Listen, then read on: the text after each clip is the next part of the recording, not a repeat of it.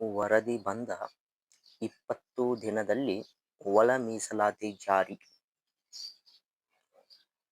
ನಮಸ್ಕಾರ ಸ್ನೇಹಿತರೆ, ಇವತ್ತು ಪ್ರಜಾವಾಣಿ ಪತ್ರಿಕೆಯಲ್ಲಿ ಪ್ರಕಟಗೊಂಡಂತ ಒಂದು ಪ್ರಮುಖವಾದಂಥ ನ್ಯೂಸ್ ಮತ್ತು ಈ ವಿಡಿಯೋದ ಕೊನೆಯಲ್ಲಿ ಮಹದೇವಪ್ಪನವರೇ ಮಾತನಾಡಿದ ಒಂದು ವಿಡಿಯೋ ಇದ್ದು, ಯಾರೂ ಕೂಡ ಈ ವಿಡಿಯೋನ ಸ್ಕಿಪ್ ಮಾಡದೆ ಅವರು ಮಾಡಿದಂಥ ಪ್ರೆಸ್ ಮೀಟ್ ಸಂದರ್ಭದಲ್ಲಿ ಹೇಳಿದ ಒಳ ಮೀಸಲಾತಿಗೆ ಸಂಬಂಧಪಟ್ಟಂತ ಒಂದು ಪ್ರಮುಖವಾದಂಥ ಮಾಹಿತಿಯನ್ನು ನೋಡಬಹುದು. ಈ ವಿಡಿಯೋದ ಕೊನೆಯಲ್ಲಿ ಆ ವಿಡಿಯೋನ ಹಾಕಲಾಗಿರ್ತದ. ವರದಿ ಬಂದ 20 ದಿನದಲ್ಲಿ ಒಳ ಮೀಸಲಾತಿಯನ್ನು ನಾವು ಜಾರಿಗೊಳಿಸ್ತೀವಿ ಅಂತೇಳಿ ಸಿ ಮಹದೇವಪ್ಪನವರು ಏನ್ ಮಾಡಿದ್ದಾರೆ ಅಂದ್ರೆ ಹೇಳಿದ್ದಾರೆ ಅಂತಕ್ಕಂಥದ್ದು.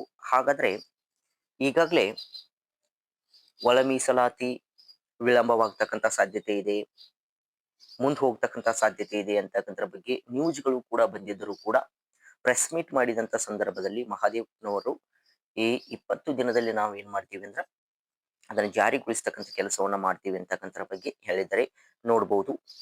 ಪರಿಶಿಷ್ಟ ಜಾತಿಯಲ್ಲಿ ಒಳ ಮೀಸಲಾತಿ ಕಲ್ಪಿಸುವ ಉದ್ದೇಶದಿಂದ ಸರ್ಕಾರಕ್ಕೆ ಶಿಫಾರಸು ಮಾಡಲು ರಚಿಸಲಾಗಿರುವ ನಿವೃತ್ತ ನ್ಯಾಯಮೂರ್ತಿ ಎನ್ ನಾಗಮೋಹನ್ ದಾಸ್ ನೇತೃತ್ವದ ಏಕಸದಸ್ಯ ಆಯೋಗ ವರದಿ ಸಲ್ಲಿಸಿದ 20 ದಿನಗಳಲ್ಲಿ ರಾಜ್ಯ ಸರ್ಕಾರವು ಒಳ ಮೀಸಲಾತಿ ಜಾರಿ ಮಾಡಲಿದೆ ಎಂದು ಸಮಾಜ ಕಲ್ಯಾಣ ಸಚಿವ ಸಿ ಮಹದೇವಪ್ಪನವರು ಏನ್ ಮಾಡಿದ್ದಾರೆ ಅಂದ್ರೆ ಹೇಳಿದರು.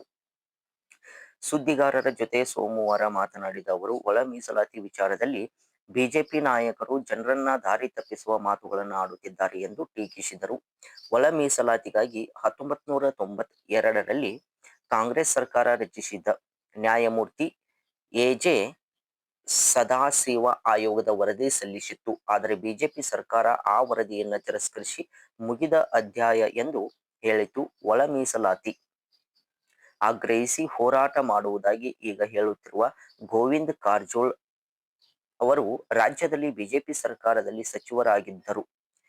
ನಾರಾಯಣ ಸ್ವಾಮಿ ಕೇಂದ್ರದಲ್ಲಿ ಸಮಾಜ ಕಲ್ಯಾಣ ಸಚಿವರಾಗಿದ್ದರು.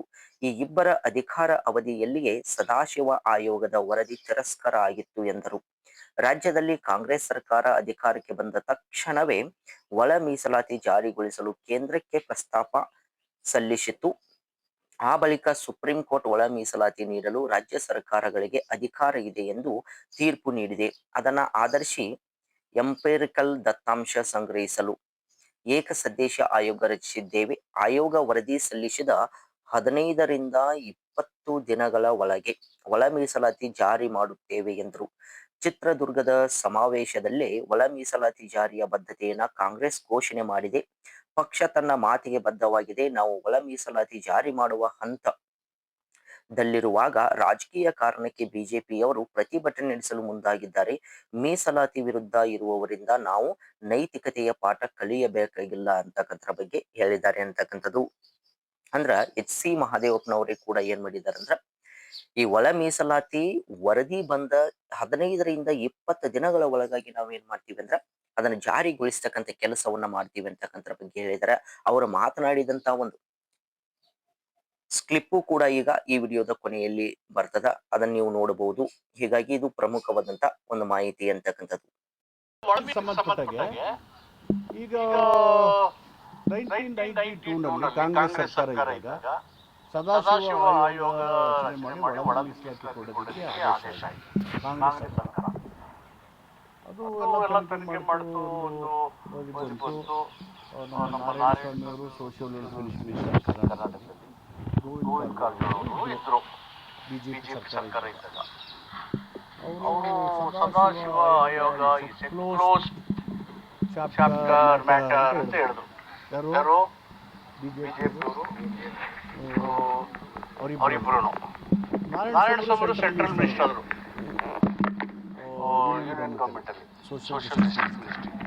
ಅಲ್ಲಿ ಪಾರ್ಲಿಮೆಂಟ್ ಏನ್ ಹೇಳಿದ್ರು, ಒಳ ಮೀಸಲಾತಿ ಜಾರಿ ಮಾಡೋಕೆ ಸಾಧ್ಯ ಇಲ್ಲ ಅಂತ ಹೇಳಿದ್ರು. ಅದು ನಾರಾಯಣ ಸ್ವಾಮಿ ಅವರು ಮಾತಲ್ಲ, ಬಿಜೆಪಿ ಸರ್ಕಾರದ ನಿಲುವು.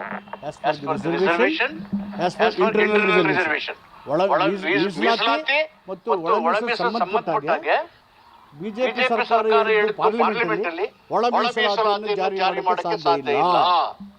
ಇಲ್ಲಿ ಕರ್ನಾಟಕದಲ್ಲಿ ಬಿಜೆಪಿ ಸರ್ಕಾರ ಹೇಳಿದ್ದೇನು ಸದಾಶಿವ ಆಯೋಗ ಇಸ್ ಎ ಕ್ಲೋಸ್ಡ್ ಮ್ಯಾಟರ್ ಹೇಳಿದ್ರು. ಈಗ 1ನೇ ತಾರೀಕು ನಾವು ಚಳವಳಿ ಮಾಡ್ತೀವಿ ಅಂತಾರೆ.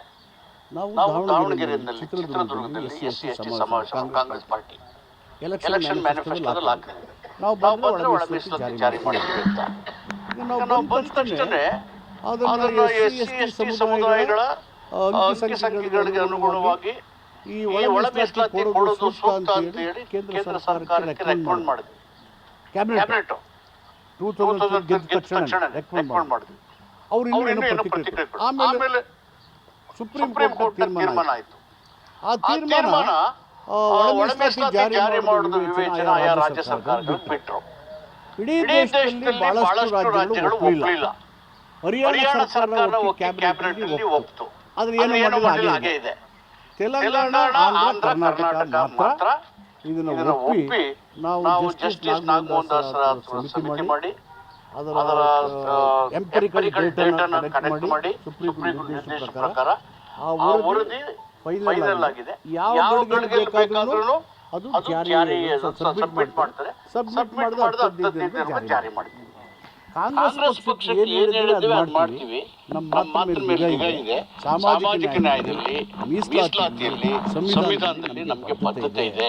ಬೇರೆಯವರಿಂದ ಪಾಠ ಹೇಳಿಸ್ತೀವಿ. ಯಾರಿಗೆ ಸಂವಿಧಾನದಲ್ಲಿ ನಂಬಿಕೆ ಇಲ್ಲ, ಬದ್ಧತೆ ಇಲ್ಲ, ಮೀಸಲಾತಿ ಪರ ಇಲ್ಲ, ಒಳ ಮೀಸಲಾತಿ ಪರ ಇಲ್ಲ, ಅವರು ಬರೀ ರಾಜಕೀಯಕ್ಕೋಸ್ಕರ ಈ ತರ ಮಾಡೋದನ್ನ ನಿಲ್ಲಿಸಬೇಕು.